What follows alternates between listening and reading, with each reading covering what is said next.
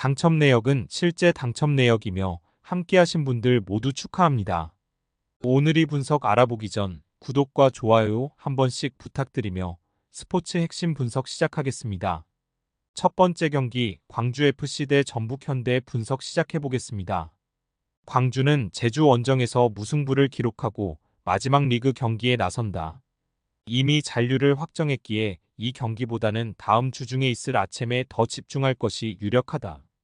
대표팀을 다녀온 아산이가 휴식을 취할 수 있고 허율과 정지훈, 최경록 등이 최전방에 나설 것이다.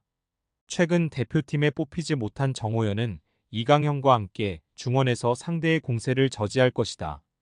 전북은 충격적인 승강 플레이오프행을 현실로 맞이하게 됐다. 스플릿 라운드에 들어와 제주와 대전에 연패했기에 당연한 수순이었다. 그래도 지난 대구전을 승리하며 한 단계 순위를 올렸고 이 경기를 승리하면 플레이오프를 거쳐 올라올 이랜드 혹은 전남 부산과 승강 플레이오프를 치룰 수 있다. 아챔이 일정이 준비되어 있긴 하지만 마지막 리그에 전력을 다할 것이다. 전북의 승리를 본다. 리그 마지막 홈경기에서 광주도 치지 않으려 하겠지만 전북의 동기부여가 더 강할 것이다. 광주가 어느 정도 힘을 빼고 나설 경기라는 점도 감안해야 한다. 문선민과 김진규, 이승우와 티아고 실바 등이 경기 내내 공격적으로 경기에 임할 전북이 승리할 것이다. 두 번째 경기 대구FC 대 인천 유나이티드 분석 시작해보겠습니다. 대구는 이미 승강 플레이오프행이 결정됐다.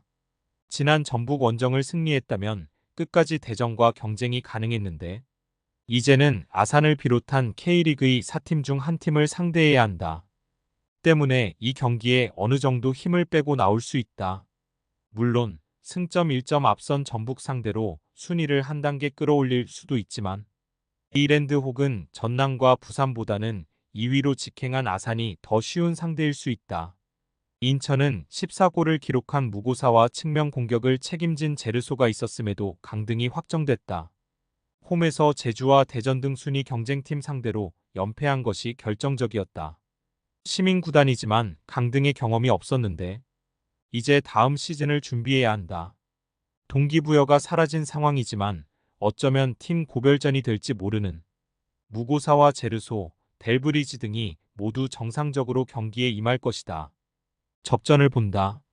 대구가 홈에 2점을 누릴 수 있지만 만일 이 경기에서 부상자라도 나온다면 승강 플레이오프에서 풀 전력으로 나설 수 없기에 어느 정도는 로테이션이 유력하다.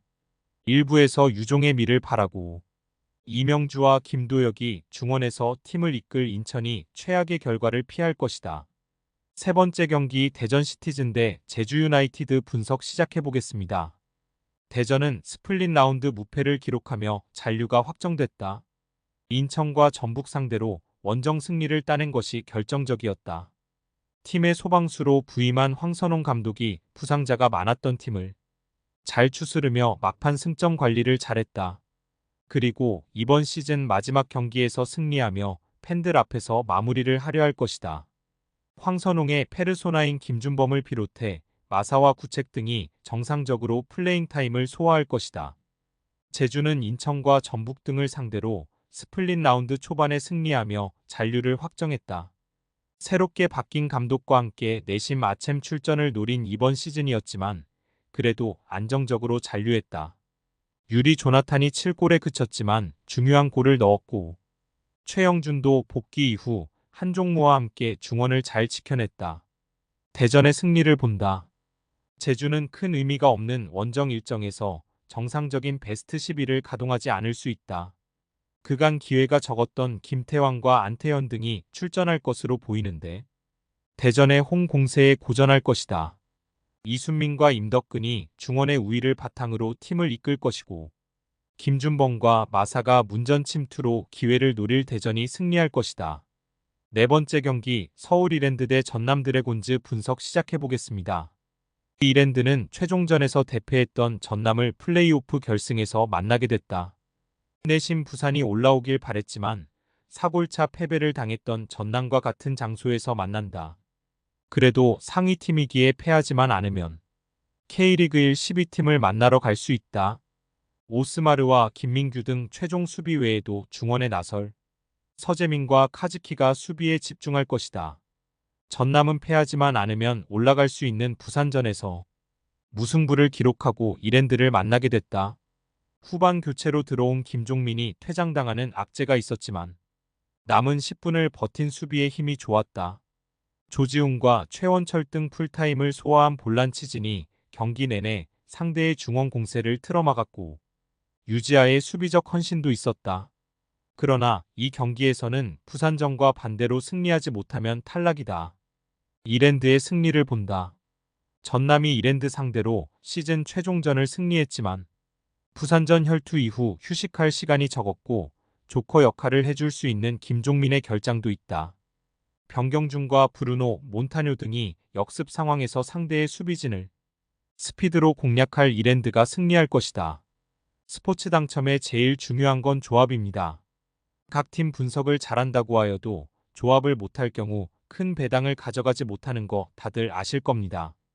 그리고 유튜브에 조합을 올려드릴 수 있지만 좀 더 자세한 정보들과 배당 흐름 및 각종 이슈 등 경기 전까지 어떻게 될지 모르니 조합을 빠르게 유튜브에 올려드릴 수 없는 점 양해 부탁드립니다. 조합 신청은 아래 고정 댓글 링크로 조합 신청 말 걸어주세요.